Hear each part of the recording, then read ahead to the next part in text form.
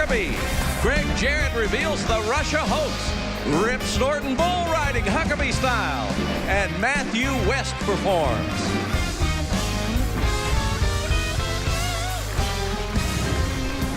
That's Trey Corley in the Music City Connection. And I'm your announcer, Keith Bilbrey. And now, here's Mike Huckabee.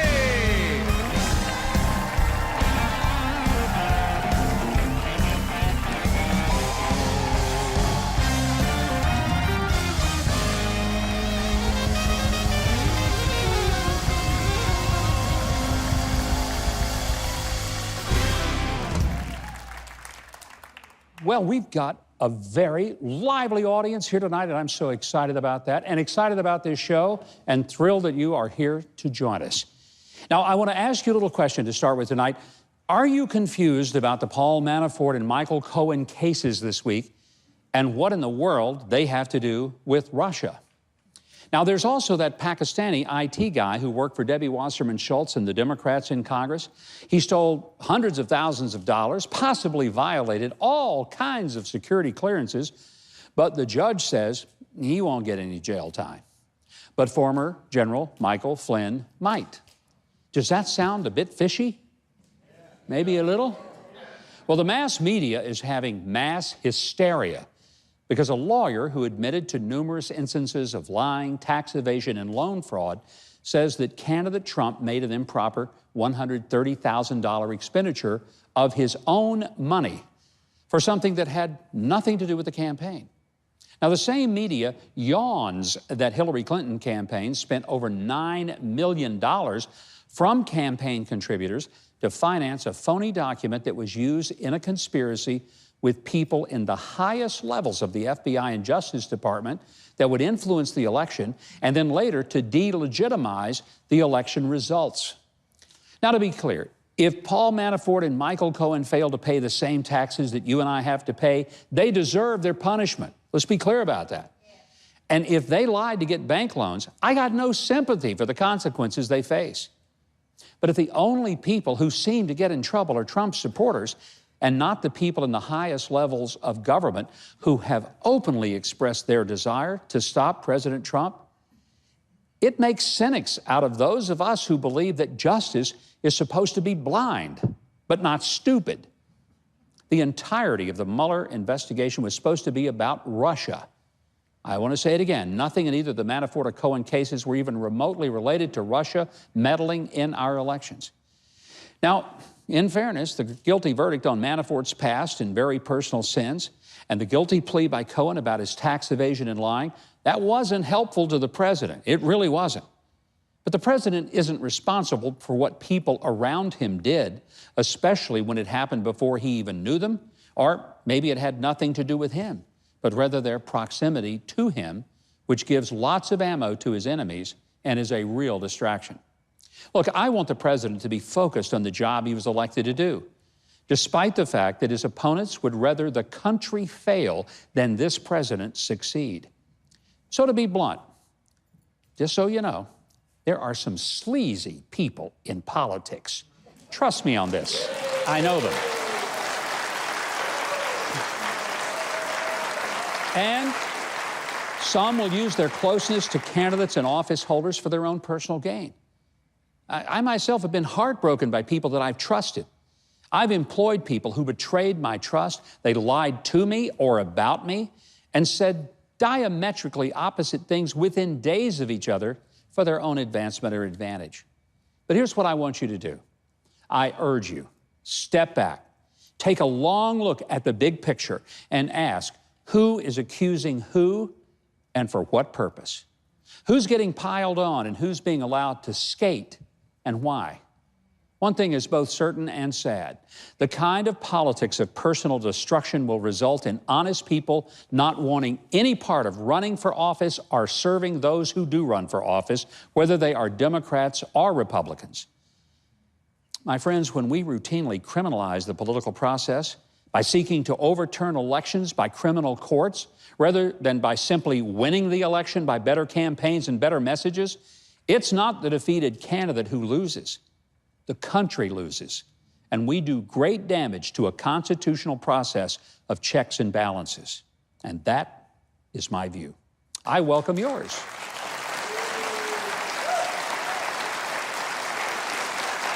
You can always contact me at MikeHuckabee.com or respond to me on Twitter at @GovMikeHuckabee. You can also reach me on Facebook. So all of those ways you can get in touch. Well, my next guest brings a wealth of expertise and insight to his job as the legal and political analyst for Fox News and Fox Business. And boy, oh boy, oh boy, oh boy, do we need it this week. He has a brand new book. It's called The Russia Hoax, The Illicit Scheme to Clear Hillary Clinton and Frame Donald Trump. It has topped the New York Times bestseller list for several weeks. It is my pleasure to welcome Greg Jarrett.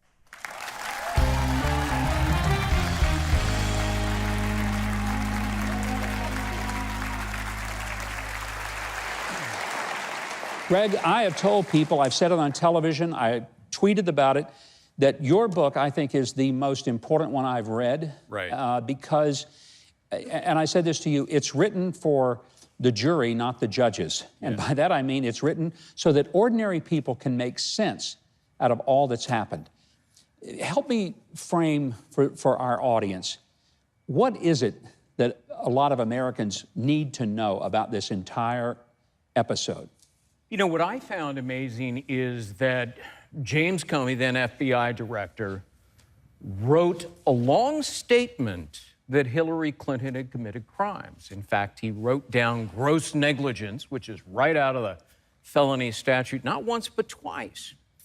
But he and his Confederates at the FBI wanted to clear her anyway. So they had Peter Strzok, top investigator at the FBI, sit down at his computer several weeks before Hillary Clinton was even interviewed. And he sanitized the findings of Comey's statement by expunging the incriminating words. And then Comey stands in front of television cameras on July 5th, 2016, and he clears her in what was the most legally preposterous explanation I've ever heard. But most Americans didn't know, at that same moment in a building in London, his FBI is meeting with the British spy, Christopher Steele, who had composed this completely fabricated anti-Trump dossier. And armed with that document, they were off to the races. That was their insurance policy to make sure Donald Trump did not get elected. And when that failed, they doubled down to try to undo the election results. I mean, this was happening the same day that he's making this comment, and in London, they're meeting. Greg, one thing that I think a lot of people, especially in light of what's happened this week, the Manafort case, the Cohen case, the David Pecker the story, I don't think he's said this, but Wall Street Journal is reporting that the publisher of the National Enquirer is now going to maybe sing like a canary with whatever it is he may have. What significance does that play in all of this? What does that do in unraveling what's going on? Well, I don't think it's going to unravel a lot legally, maybe politically, but you and anybody running for office can spend all of their money if they want. There are no limits. So if the money came from Donald Trump to pay out to people in exchange for a non-disclosure agreement, which is legal and very common, there's no campaign finance violation. And moreover, not everything that benefits a candidate is a campaign expense. If there's another purpose, a dual purpose or a secondary purpose, it's not even a campaign expense. For example, if he did it for personal and commercial reasons as well as to benefit his campaign, doesn't count as a campaign expense, and thus it's not a violation of the law. But if you listen to the mainstream media, they have all but convicted Donald Trump in the court of public opinion. Just the other day, there was a study, an instant study, that 222 times in the course of 18 hours when the Cohen story broke, CNN and MSNBC used the word impeachment. And I think a lot of Americans, supporters of Trump, say, look, this seems to be so one-sided. Opponents of Trump are thinking this is the greatest thing that ever happened. You know, we didn't beat him at the election, so we're just going to criminalize him. and we're going to go after him in every way. There's two sides of this whole process of the Russian hoax, and I think you do a great job of laying out the parallel. One is all that's happening to the president before he was president and since. The other is how, and I don't want to belabor the Hillary Clinton part of this, but she apparently got away with some things that you wouldn't get away with, I wouldn't get away with, and not a single member of this audience would have gotten away with. That's right. She had 110 classified documents on her unauthorized, unsecured email server. They were classified when they were sent and received. So that should have been 110 felony charges against her. And the FBI knew this. The evidence was overwhelming and it was compelling. And yet Comey stood there in front of cameras and said no reasonable prosecutor would bring this case.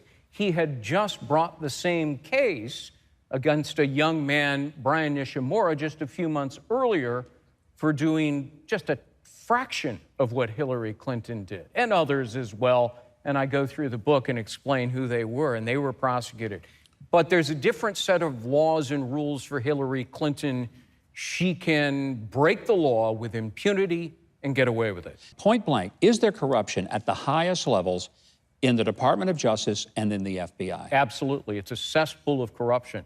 I happen to think that the hardworking, honorable, and honest men and women of the FBI, the ones in the various field offices, the ones who really do all the work, are angry.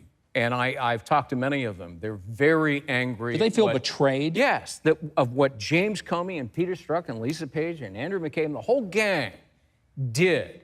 They breached the country's trust in them and besmirched the good name and reputation of those hard-working rank-and-file FBI agents. But I have to also ask you, when this FISA warrant, which is the basis of all of this was put before a FISA judge, does he not maybe feel a little bit sucker punched that somebody put stuff in front of him that was paid for by $9 million of the Clinton campaign? It was a fabricated document that did not have basis in fact.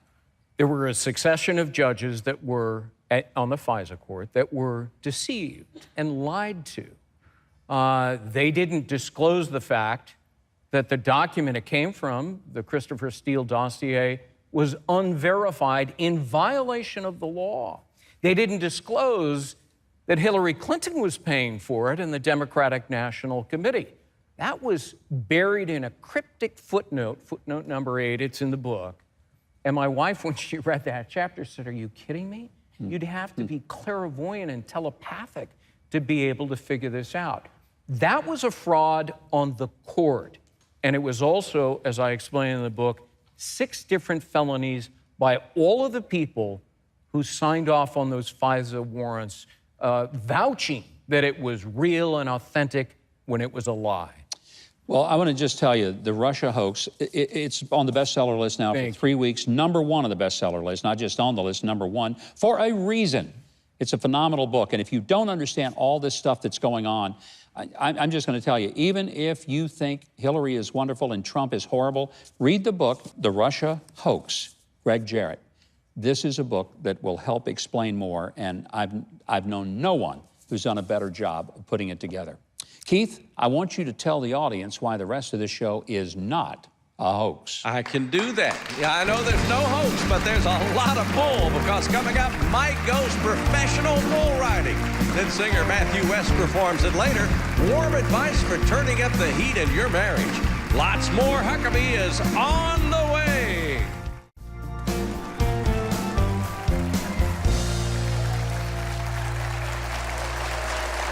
Trey Corley and the Music City Connection bringing us back into our studio with a little Creedence Clearwater song.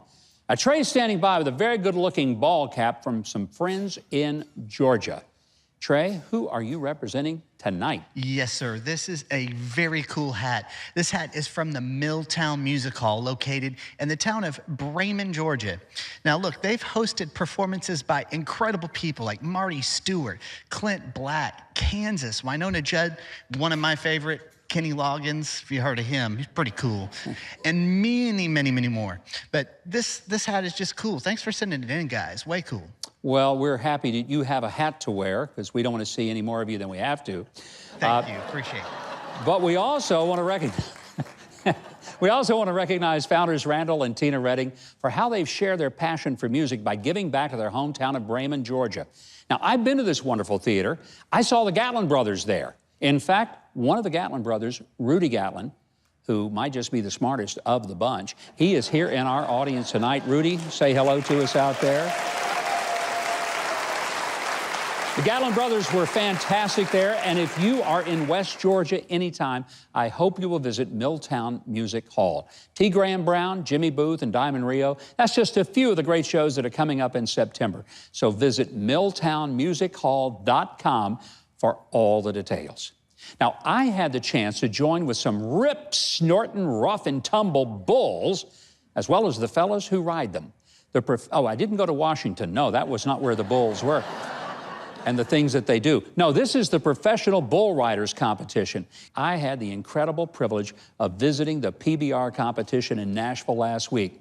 As my 5-year-old grandson said, who got to go with us, he said, I asked him, do you like it? He said, Papa, I didn't like it. I loved it. And boy, did he.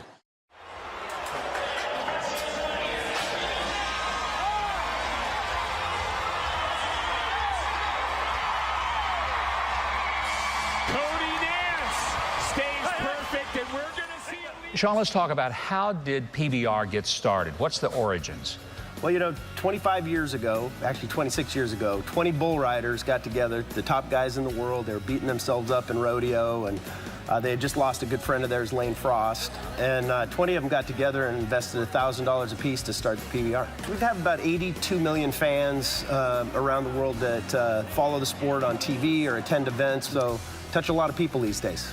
Let's talk about Ryan Weaver. He's one of the people you've partnered with, a wonderful guy, veteran, and has become an important part of the PBR experience, bringing music and bringing patriotism. How did that partnership happen? Yeah, so I think it was 3 or 4 years ago, I was at actually an 80s hair band festival, and he told his story, and you know, it just grabbed me. And then a year or so later, I was getting ready to launch Celebrate America and the theme, and we needed a voice and a identity for that whole thing, and Ryan was the immediate, you know, first person that came to mind. Everyone in the audience, get your cell phone lights out and let's show our heroes how much we love them. Let's light this entire arena up for our heroes across the nation and deployed. Look at that. Show them how much you love them, Nashville, Tennessee.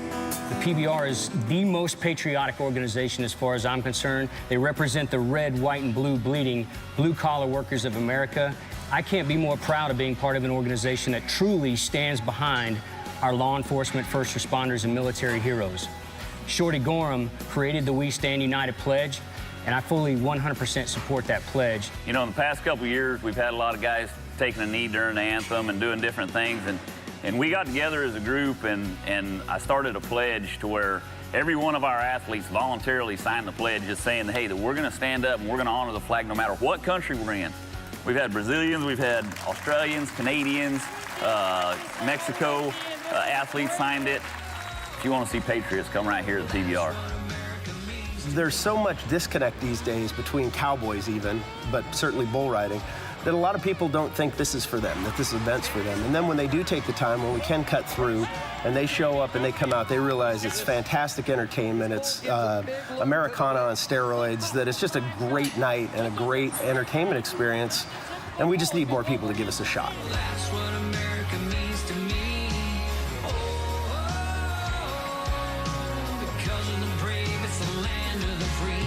Small town heroes, big city dreams. That's what America means to me.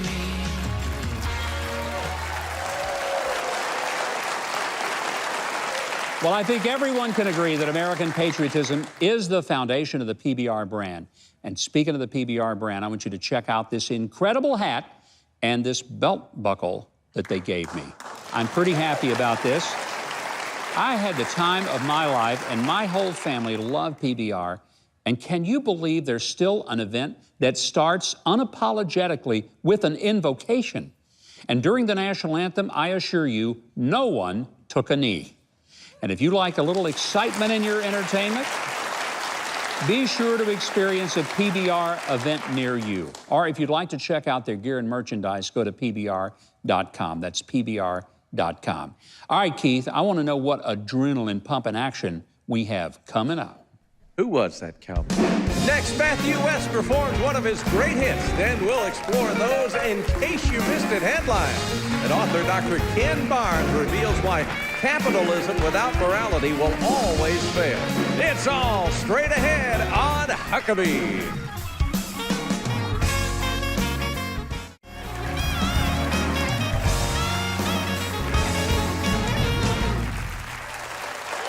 And welcome back. Be sure and drop by MikeHuckabee.com, find out my insights and explanations of the news of the day. And while you peruse MikeHuckabee.com, you can follow me on Twitter at GovMikeHuckabee. But do it while you still can, because you never know when I might be deemed too funny for a conservative and get blocked by the Silicon Valley censors. And they're out there. Well, let me tell you about my next guest. He is a hit-making singer and songwriting craftsman. He's got a brand new CD. It's called All In. Centers on his personal passion to live his life to the fullest, whether he's being a father and husband or performing this next song.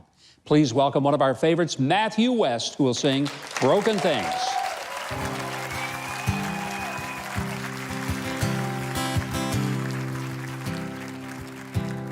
If grace was a kingdom, I stopped at the gate, thinking I don't deserve to pass through after all the mistakes that I made. Oh, but I heard a whisper as heaven bent down. Said, child, don't you know that the first will be last and the last get a crown? And now I'm just a beggar in the presence of a king, and I wish I could bring so much more. But if it's true that you can use broken things, yeah, then here I am, Lord, I'm all yours. Oh, yeah. Whoa, oh. The pages of history, they tell me it's true, that it's never the perfect, it's always the ones with the scars that you use. Oh, it's the rebels and the prodigal, it's the humble and the weak, all the misfit heroes you chose. Tell me there's hope for sinners like me. And now I'm just a beggar in the presence of a king, and I wish I could bring so much more.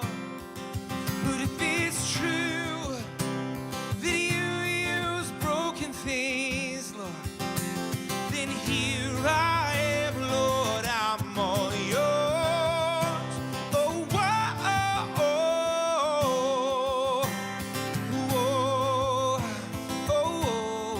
whoa. Lord, I'm all yours. Ooh, yeah. Oh, grace is a kingdom with gates open wide. There's a seat at the table just waiting for you.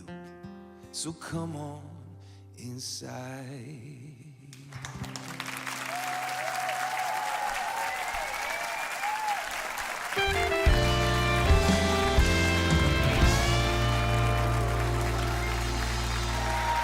Thank you, Matthew. My pleasure. Honored to have you. Brand new album, All In. And this is a little different kind of approach for you. Tell me about what makes this album different than the others that you've done. I'm passionate about storytelling, and over the years, my time in Nashville, you'd see it on billboards everywhere. It all begins with a song, and I like to back that up one step further. Every song begins with a story, and so I've actually been on a mission for the last several years collecting the stories of people's lives, and I've collected over 40,000 stories, testimonies, people just sharing about their lives, what they're going through, maybe what God's done in their lives. And many of those songs have been inspired by the stories of people's lives. With this record, All In, I found myself kind of asking this personal question, okay, God, how do you want me to go all in my life? You had a conversation with Billy Graham that was very influential, and I read about it. I want you to tell me, you asked him a question. What was the question and what was his answer? Well, at the age of 13 years old, I actually had the defining moment of my life. I asked Jesus into my heart watching a Billy Graham crusade on television. Now, I'm a preacher's kid, so I always joke with my dad that I heard thousands of his sermons, but it took Billy Graham to really make it stick. You really did a lot to your dad's ego. You know that, right? Yeah, so... But, terrible.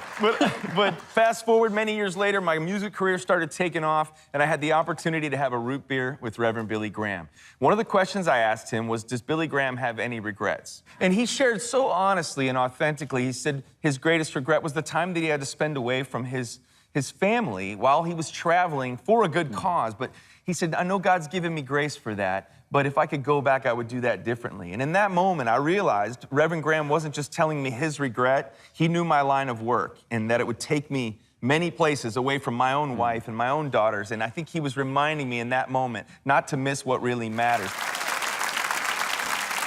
Let me tell everybody, Matthew West's All In CD is available. You can stream it on Spotify, get it at Apple Music and Amazon Music.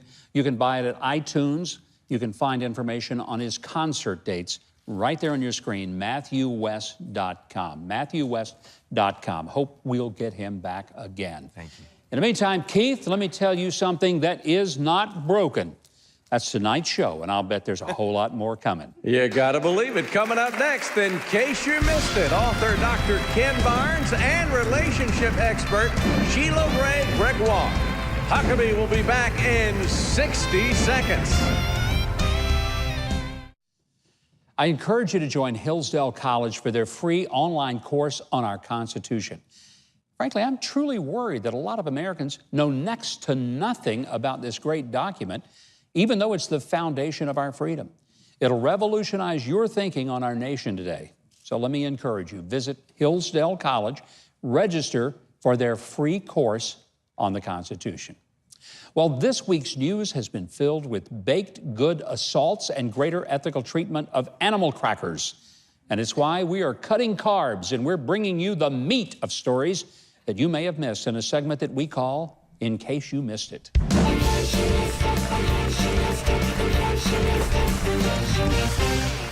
That's right. Well, the liberal elite have been doing their best to besmirch the Supreme Court nomination of Justice Brett Kavanaugh, but they've had no luck with this constitutionalist and his love of family, faith, and country.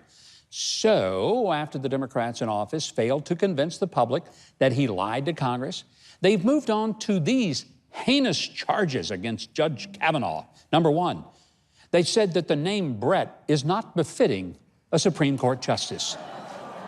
I'm sure that historic justices like Bushrod Washington, Melville Fuller, and Lucius Quintus Cincinnatus Lamar II are all thinking, oh boy, how did we get a pass? Those were all real justices, by the way. The second one is this. Judge Kavanaugh's education was too elite. Yes, that's right. He went to Yale Law, just like 3 other justices currently serving went to Yale Law. The third one is this, that he spent too much on baseball tickets to the Washington Nationals. I got to confess, they may have something on this one. I'm actually rethinking my own support of his nomination. Now, it's not the amount of money that he spent. Oh, no. It's that he would be such a fan of the Nationals. Seriously, Judge Kavanaugh, couldn't you support a real baseball team like the St. Louis Cardinals or the Texas Rangers? Come on.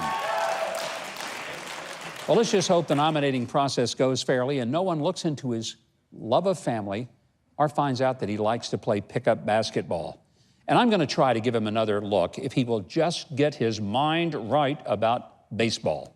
Maybe so. All right, our second story tonight. A mother in the Chicago suburb of Wilmette was reported to police this week because she allowed her daughter to walk their dog, Marshmallow, around the block. Yeah, that's why she was reported. I'm not making this up. Some pretty serious crimes going on there in the birthplace of Charlton Heston, who is from Wilmette. A neighbor anonymously, of course anonymously, such bravery, called the police after seeing the 8-year-old walking a dog on her own, launching a police visit and a child welfare services investigation. The mom, Corey Wyden, homeschools her son and daughter, and she said, the funny thing is, I'm a joke with my friends because my kids are around me all the time. Wyden noted that she watches the daughter from her living room window when she's out walking the dog, and Wyden went on to describe the stress that her entire family felt because of the police and child welfare investigators having questioned them, as well as other family members and the kid's pediatrician. In the end, no evidence of neglect. I got to tell you, I shudder to think what other responsible families might be allowing their children to do. I mean, they might even let them take out the trash, mow the lawn, and heaven forbid, play at the playground park. That would be just awful. We can only hope for other nosy and anonymous neighbors who will call officials on families without ever crossing the street to ask if all is well. But let me tell you something, if my parents had been held to that kind of absurd standard in the 50s and 60s, they would have qualified for a life without parole, sentence, and solitary confinement. But then, I guess I would have run all over town anytime I wanted. Our next story from our Love on the Rocks file. Heartbroken and hard-drinking Jeffrey Tomerlin was stumbling along in Nashville, of course he was, when he spied his ex sitting in a car with her new boyfriend. Oh, I know this sounds like a country music lyric, but it's all true.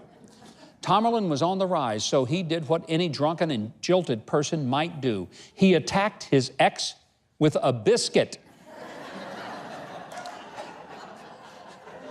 A biscuit, hurling it at her head, but missing. He then began punching the boyfriend's car hood and threatening to kill them. Police quickly arrived on the scene and arrested Tomerlin for vandalism and assault, perhaps maybe assault with a deadly weapon. I wonder if he even had enough dough for his bail. Now, if liberal thinking holds fast in this story, the left will mount a legal case to hold the bakers who created that biscuit liable for any injury or damage, and Americans will soon need permits to carry their biscuits in public, and they better be trained and have undergone a biscuit background check. Folks, there's one thing about it, we need biscuit control.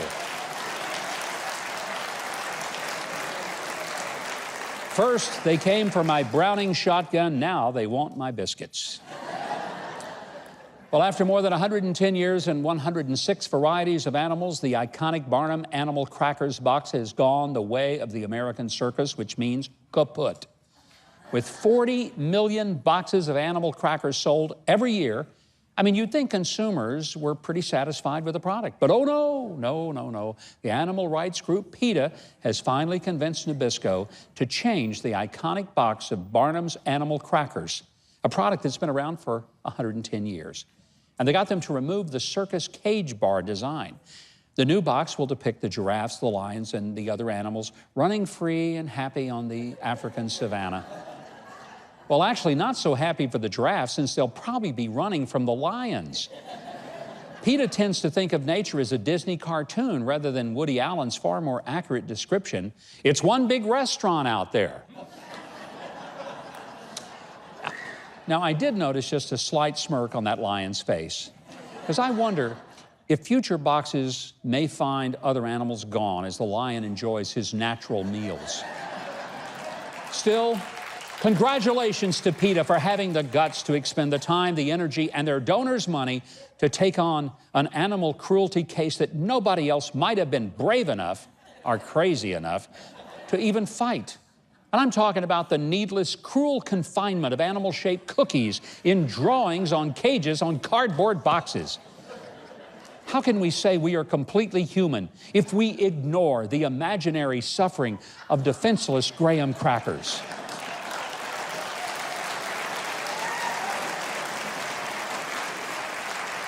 Let's hope PETA doesn't go so far that vegetarians arguing with each other can no longer be called a beef. All right, we read the news so you don't have to. And by the way, for my PETA friends, we eat the meat so you don't have to.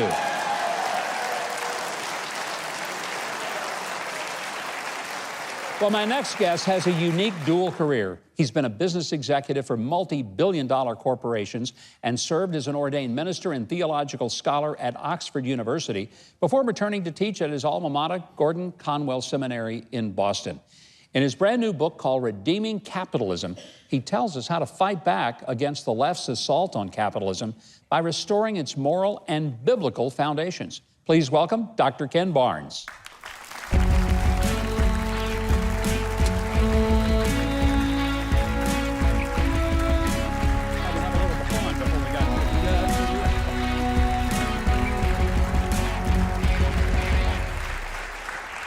Dr. Barnes, great having you here. Let me get right to a question, because a lot of people are saying today, hey, Jesus was a socialist.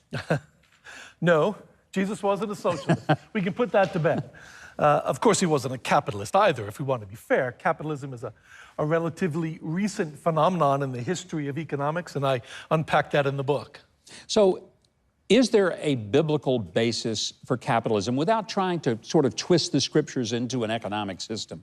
No, I wouldn't say that there's a biblical basis for it, but there is a requirement for morality in order for capitalism to work properly. And the problem we have today is we have what I call postmodern capitalism, which is very different than the capitalism of previous generations. Capitalism built great things in this country. It built schools and hospitals and churches and libraries and great works of art where people invested the money that they made in things that were not about them, but about their communities. But there seems to be a capitalism today which says, it's all mine, I can do whatever I want. Unfortunately, in recent generations, this ethical egoism that suggests the only moral responsibility of a business person is to make as much money as possible is really not an effective ethic when it comes to how we want our economic system to work. So greed is the problem, and a general lack of morality is the problem. And I think the essence of your book, Redeeming Capitalism, is no, real capitalism has to have some type of moral framework. For most of history, capitalism was a moral science. When you go back to the beginnings of capitalism, I have a whole chapter on Adam Smith. Everyone talks about Wealth of Nations as Adam Smith's great work. In fact, a book called Moral Sentiments was written 20 years before, and everything he says about capitalism in Wealth of Nations is built upon the moral presumptions that he lays out in Moral Sentiments. In 2008, we had this huge financial collapse. Real estate market collapsed, the banks were all scared. What caused that? One was derivatives. The other was... And explain derivatives, because Okay. I mean, that's easy for you to say, but what does that mean? Well, derivatives are a financial instrument that are built on, especially in the case of the debt derivatives that were popular at the time, that are built on the projected cash flow of people who promised to pay loans. And unfortunately, people were given loans who had no right to have those loans. They were called ninja mortgages. No income, no job, no assets. And we were still giving people mortgages. It's no wonder that they defaulted. But the problem is, the reason why people were giving them mortgages was because the lender or the person making the decision wouldn't keep that debt on their own books. They would put it together with other mortgages and sell it off as a separate financial instrument. So they passed the risk on to other people. And if you pass risk on to other people, you've made a moral decision to do that, and the whole thing came crashing down. So it was a moral issue. There were immoral people who created a system that they knew, deep down, they knew could not work and was going to collapse, but they were making their money, and that's all they cared about. Absolutely. In fact, I tell my students that every economic decision we all make, and it doesn't matter if it's the decision to buy a new pair of shoes or close a factory and build it offshore, or large and small, every economic decision we make is a moral choice. So therefore, we have to know what the underlying moral principles are that are driving that system. It's a fascinating insight into our economic system. I mean, you specifically talk about capitalism. Redeeming it means that you're trying to salvage it, make it so that it works. But I think the powerful message in this book is that it can't work unless we are moral people who not only look at our own circumstances, but we look at those around us, our neighbors, our communities, and we also care about what's happening to them. Dr. Barnes, thank you. What a great message, and how timely it is when so many people think that the answer is just taking it all away from people who work and passing it around, and that's supposed to be some utopia. If you're interested in that argument, please buy the book. Because right now, Greg Jarrett's book is #1 on the bestseller list. And I'm not even #1 on my own kids' bestseller list. So. Well, you'll be right at the top of the list after being on our show, because I'm going to tell our folks right now that you can find Dr. Ken Barnes' important work, Redeeming Capitalism, at Amazon and his website, redeemingcapitalism.org. Now, Keith, why don't you capitalize on the moment by previewing what's coming up next? Sounds like a winner to me. When we return, Sheila Ray Gregoire tells us how to warm up our love life and make marriages last. And Trey Corley and the band didn't get their Guns N' Roses on when Huckabee continues.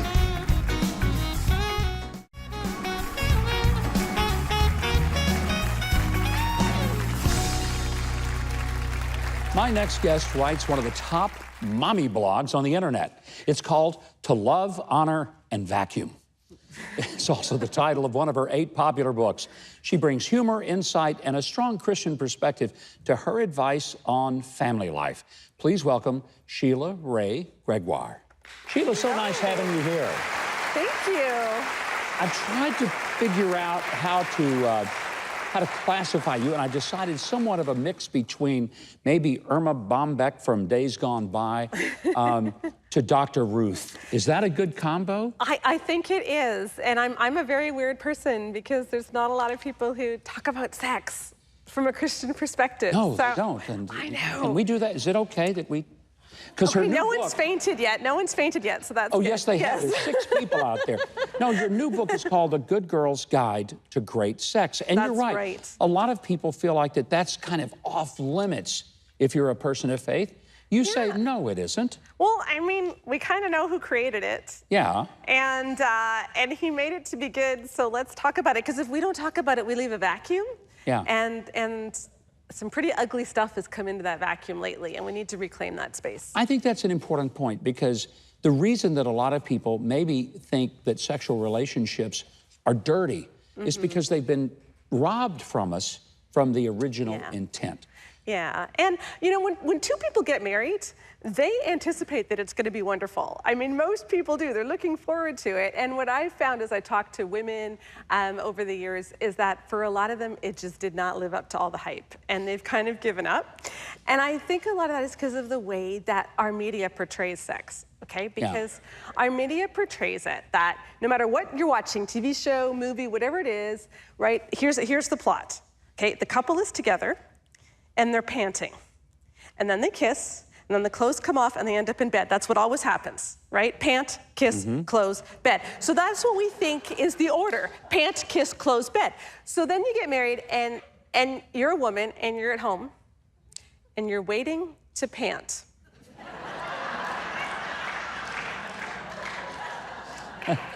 And nothing's happening, so you figure that you're just not in the mood. And that's the problem, is that we don't understand that's not how women were made. You know, when you said that a lot of women are disappointed in how things turn out, let me just ask for a show of hands.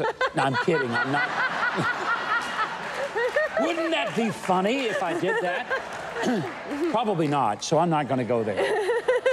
When you talk about these issues, whether it's in your blog or book, do you get some pushback from people who say, hey, Sheila, ought to stay away from stuff like that?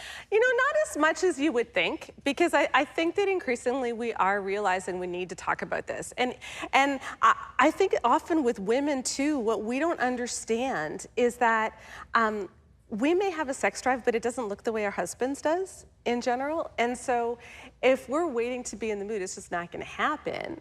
But if we start to say, instead of saying to your body, hey, do you want to tonight? If you start saying to your body, yo, we're gonna do this because I need this, it works a lot better.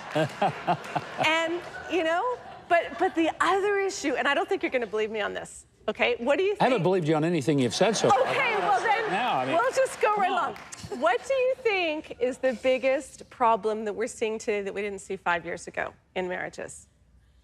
Maybe the advent or the level of pornography where people are looking at things that aren't even true? It's related to that, Okay. but I would say that it's that men have no sex drive.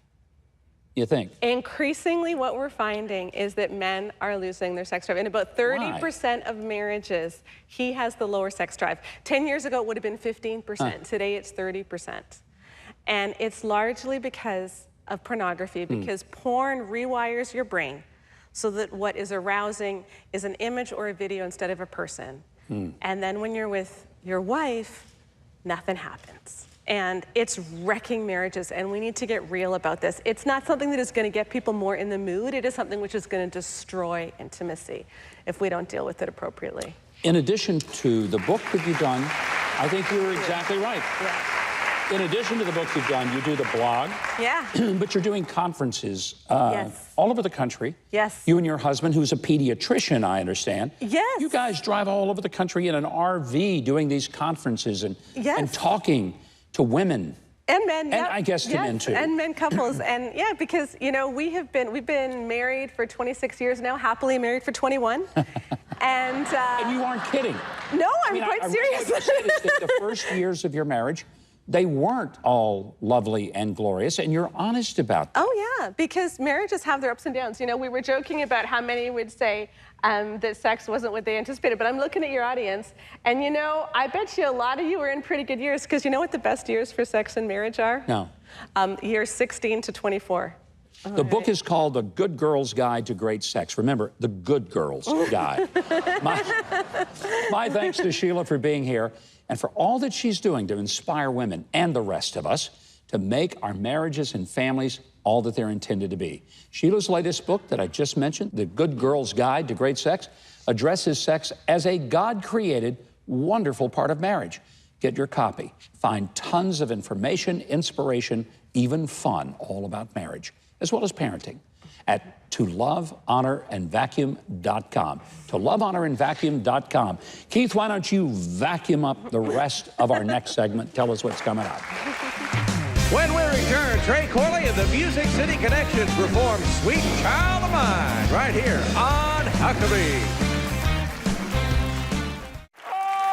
Okay, Governor, it's time to steal the show. I've been waiting for this all my life. From now on, I'll be saying, next on Bilbrey.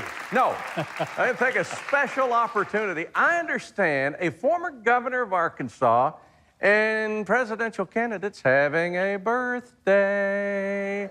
Yeah, how about that? Where's your hat? Everybody put your hats on. We're gonna sing to the governor. Happy birthday to you. Happy birthday to you. Happy birthday, Governor Huckabee. Whoa! Happy birthday to you. Look at that! My, how it shines. Whoa! Yeah! Thank you. Well, Governor, Thank you. not only do we have a 50-pound cake, that's Wow. a 50-pound cake. We have some other little goodies for you. You guys really did surprise me. I'm not kidding. You didn't know anything I about really did not. We've ignored Did the fire his marshal birthday. approve this?